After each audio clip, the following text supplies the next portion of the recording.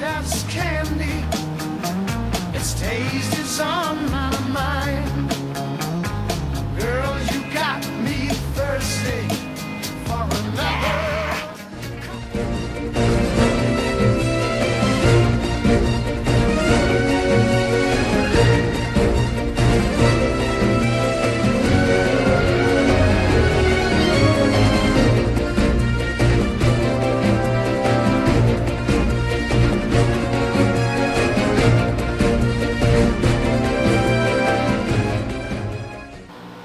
The Hobbit Trilogy, the unexpected journey to desolation of Smaug to finally the Battle of Five Armies. The Hobbit Trilogy is stupendously done. And originally, when it was announced that The Hobbit was going to be split into 3 parts, I was on the ship everyone else was with. What? I could understand a 2-parter, but really 3? Now, that's really stretching it, Peter Jackson. I mean, I know Lord of the Rings is this thing, but it's just, this was one book. The other movies didn't get their own 3-parters. I mean, shit. But what we got was not only a faithful adaptation, but a reimagining of the book itself that makes it work as a 3-part story, because it expands on its atmosphere and world so much that it's actually fathomable for it to be split this much into this much screen time, and it's wonderfully done. Yes, there are several flaws here and there, and there's several debates on which is better, The Hobbit or the Lord of the Rings trilogies. After the last one wrapped up, Battle of Five Armies, it just ties in perfectly with the first Fellowship of the Ring. And so now, once Battle of Five Armies comes out on Blu-ray, I can just marathon it from The Hobbit all the way to Return of the King. Well, you could definitely see a difference, but it still captures that same Lord of the Rings feel with the music, how the characters are, and just the overall tone of the stories. I think it's a good job. I'm not going to get into a debate on which is better.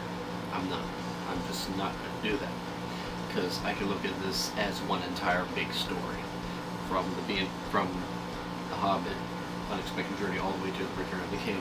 I can view it as one thing, as one stupendous story. The original Lord of the Rings trilogy was a massive part of my childhood.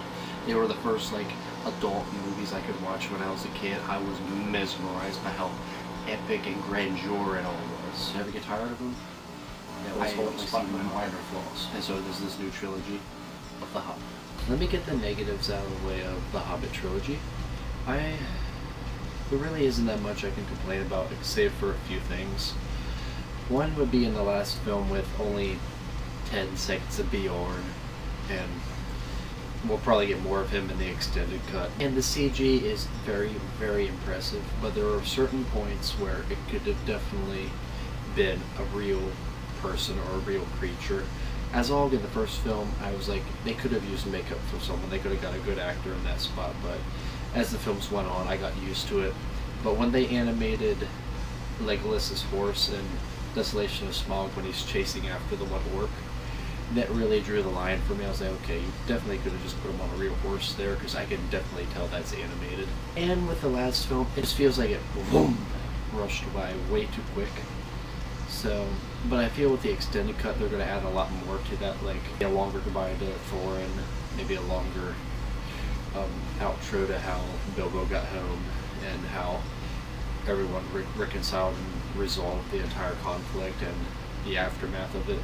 I'm thinking we'll get that in the extended version, but we probably should have got that there. But in the end, I think Jackson was compensating for the fact that The Return of the King took forever to end. It's like 5 different endings.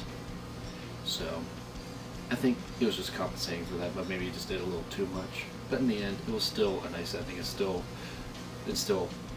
runs over into Fellowship of the Ring very smoothly and very nicely done. But the good outweighs the bad. By far, the scenes when Bilbo meets Smeagol and when he meets Smaug are perfection at its finest. Smeagol looks even more realistic and even creepier, and Smaug is by far, hands down, the most badass cinematic dragon of all time. It used to be Draco, voiced by Sean Connery, but no, Smaug is the greatest dragon ever on screen. And as the movies go, the action increases, like, you know, the beginning is just a little easing up into it. The second really brings in the action. The third one, obviously, is called Battle of Five Armies. Boom! And the new characters they brought into this story, I really genuinely like. They did a fantastic job doing it. The message towards the end of Battle of Five Armies, it's very tender and touching. Why does this hurt so much? I don't want to feel this anymore. Why does it hurt? Because it was real. That really sent it home for me. Gandalf is badass through all these movies, and we even get to see Elrond in action for the first time. The action's incredible, the CG is incredible, the acting is phenomenal, the story just flows beautifully, and Smaug and Smeagol stand as the greatest CG characters of all time, as well as Rocket Raccoon. I'll give them that. While these are two definitely different styled trilogies, you can still definitely marathon this all the way through, from the Unexpected Journey to Return of the King. And the final verdict. For The Hobbit Unexpected Journey, I would like to give an 8.5 out of 10. Desolation of Smaug gets a 9.5 out of 10. And The Hobbit Battle of Five Armies gets a 9 out of 10. So overall, The Hobbit, there and back, as a trilogy, I would have to give a 9 overall. 1 point taken off for any minor gripes I might have with the entire thing, but as is, I have nothing to complain about, because those minor things really don't bug me when the scale and scope and beauty of these films just impresses me and touches me and excites me so much that I just don't even care. But that is my verdict for the Hobbit trilogy. This has been a Way Fast review, and we'll see you next time on Team Epic Force.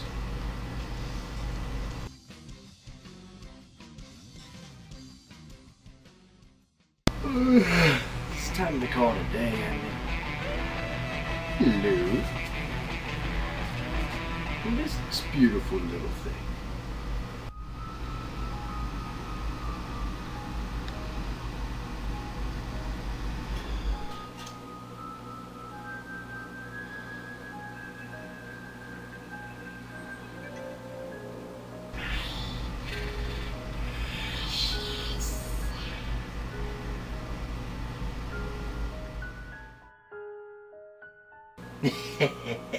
Now I can walk past all those long Comic-Con lines unnoticed.